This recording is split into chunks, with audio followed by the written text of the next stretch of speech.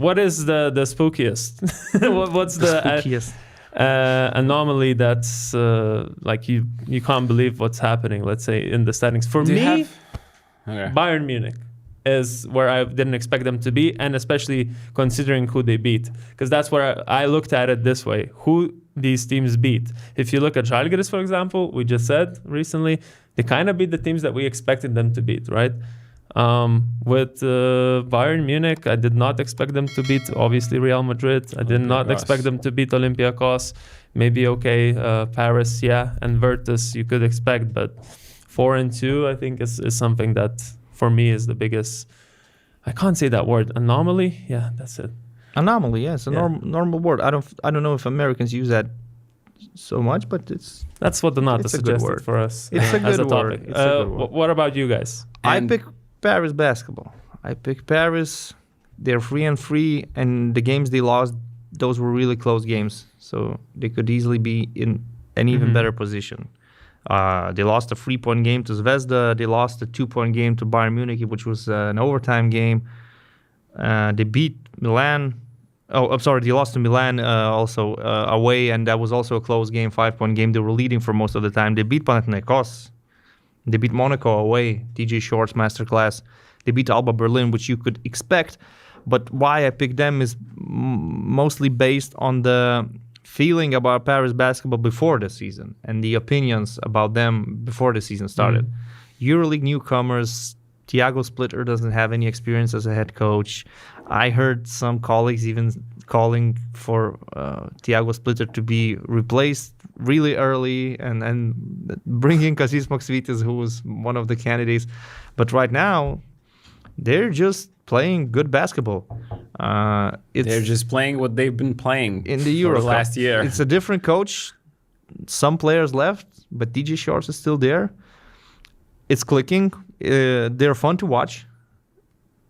The standings are okay so far, 3-3. They should be more or less happy with the situation. They're facing Baskonia at home. I don't see why they could not get the 4th win here.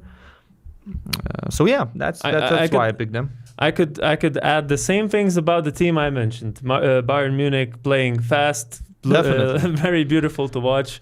And what about you? That is also a good pick. I'm going with, you both had great picks, but Bayern Munich for sure. And you mentioned fast. They have the number 1 pace in the league, 74 possessions. Gordy Herbert, I was in love with his style of play with the German national team. And I'm seeing a lot of things I like with the Bayern team. And the way just he empowered Carson Edwards, who is scoring almost 30 points per game in his last 3, something like that. Shabazz Napier. I thought he could not be a great player anymore in the EuroLeague, but he has proven me and probably a lot of others wrong so far. And just, it is really nice. It was Paris and Bayern, both really fun teams to watch. So they're definitely the most surprising team to me, let's say, in the beginning of the season. But we were very positive in these picks. What about teams like Real Madrid, Milan, perhaps, Virtus? Did you expect them to be here? Milan and Virtus, for sure. Yes. Yeah, Real Madrid not winning on the road. Italian correspondent is an interesting thing because Real Madrid, how they dropped the game yesterday.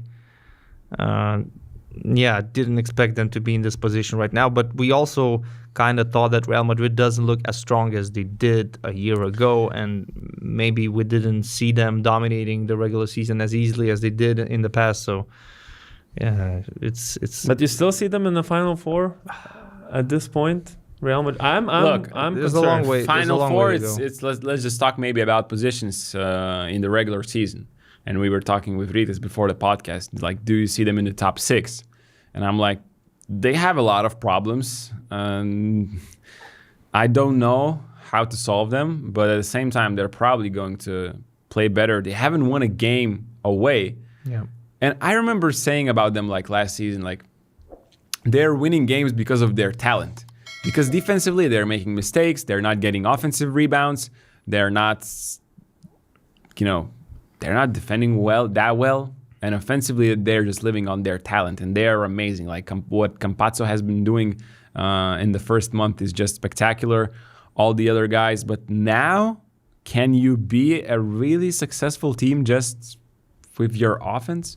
I think a coaching change is possible. A roster change is also possible.